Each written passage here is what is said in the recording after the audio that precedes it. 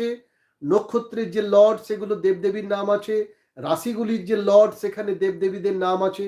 তো সেই জন্য এই যে বিভিন্ন মন্ত্রগুলো আমি এখানে করলাম, এতে করে কি মনকে শুদ্ধ রাখা, দেহকে শুদ্ধ রাখা, মনের যে ভাব, মনের যে চঞ্চলতা সেটাকে কাটিয়ে উঠে মনকে স্থির রাখা, এটাই উদ্দেশ্য।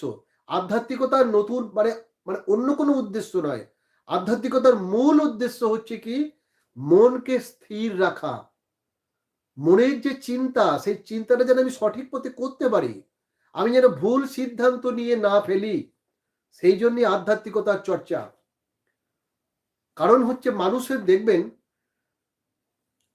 মানে সব দিক দিয়েই যদি আমরা ভুল সিদ্ধান্ত নিয়ে নিই তাহলে কিন্তু জীবনে বিভিন্ন রকম একটার পর একটা কিন্তু খারাপ জিনিস কিন্তু ঘটবে।